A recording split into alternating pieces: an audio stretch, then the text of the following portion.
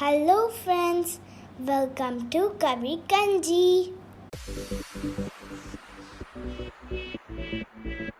இன்னைக்கு நம்ம eggless rava cake எப்படி செய்யறதுன்னு தான் பார்க்க போகிறோம். அவன் இல்லாமல் குக்கர்லேயே தான் செய்ய போகிறோம். ஸோ நீங்களும் இதை ட்ரை பண்ணிவிட்டு எப்படி இருந்துச்சுன்னு சொல்லுங்கள். நம்ம சேனல் இது வரைக்கும் சப்ஸ்கிரைப் பண்ணாதவங்க சப்ஸ்கிரைப் பண்ணிக்கோங்க. அப்போ தான் நான் அப்லோட் பண்ணுற வீடியோஸும் உங்களால் மிஸ் பண்ணாமல் பார்க்க முடியும். வாங்க இப்போது ரவா கேக் எப்படி செய்கிறதுன்னு பார்த்துடலாம். இப்போ ரவா கேக் செய்கிறதுக்கு ஃபஸ்ட்டு ஒரு 1/2 கப் ரீஃபைண்ட் ஆயில் எடுத்துக்கலாம். அது கூட ஒரு 3/4 கப் பவுடர் சுகர் ஆட் பண்ணிக்கிறேன். நீங்கள் 1 கப் கூட ஆட் பண்ணிக்கலாம். ஸ்வீட்னஸ் கொஞ்சம் கம்மியாக இருக்கும் எங்கள் வீட்டில், அதனால் நான் 3/4 கப் ஆட் பண்ணியிருக்கேன். இதை எடுத்து சேர்த்து நல்லா மிக்ஸ் பண்ணிக்கோங்க.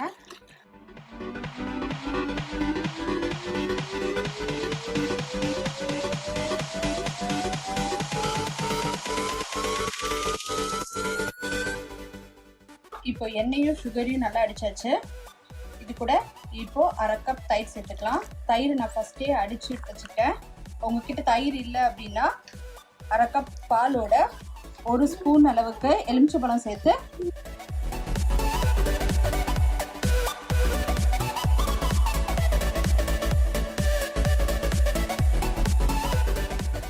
இப்போ இது கூட நான் 1/2 கப் ரவை சேர்த்துக்கிறேன்.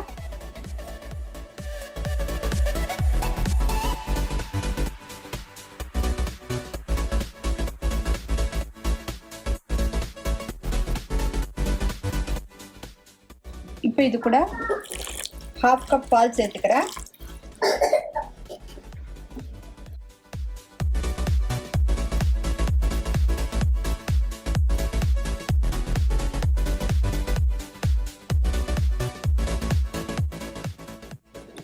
இப்போ இந்த மிக்சர் ஒரு 30 மினிட்ஸ் ஊறட்டும். இப்போ 1/2 அன் ஹவர் ஆயிடுச்சு. இது கூட இப்போ 1/2 கப் மைதா,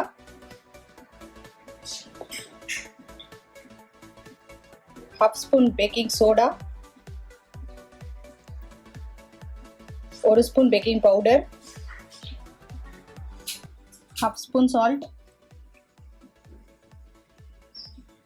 1/2 ஸ்பூன் ஏலக்காய் தூள் எல்லாம் சேர்த்து நல்லா மிக்ஸ் பண்ணிடலாம்.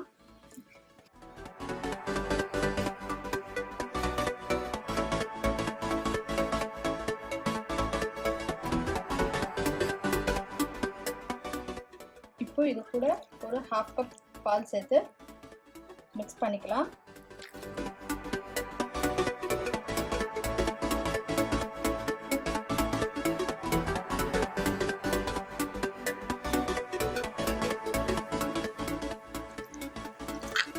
இது மிக்ஸ் பண்ணுறது பார்த்தீங்கன்னா கட் அண்ட் ஃபோல்ட் மெத்தடே யூஸ் பண்ணுங்கள். அப்போ தான் நல்லா சாஃப்டாக வரும்.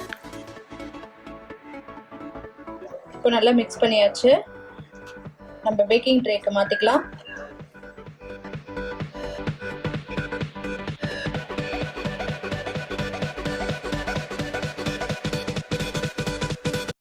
இப்போ இதை லைட்டாக டேப் பண்ணிக்கலாம். இப்போ குக்கரை ப்ரீ ஹீட் பண்ணியிருக்கேன்.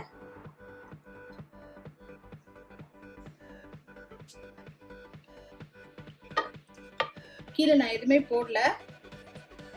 வேணும்னா நீங்கள் மண் இல்லைன்னா சால்ட்டு கூட போட்டுடலாம். வச்சுட்டு இதை க்ளோஸ் பண்ணி வச்சிடலாம். ஒரு 40 மினிட்ஸ் அப்படியே விட்டுடலாம்.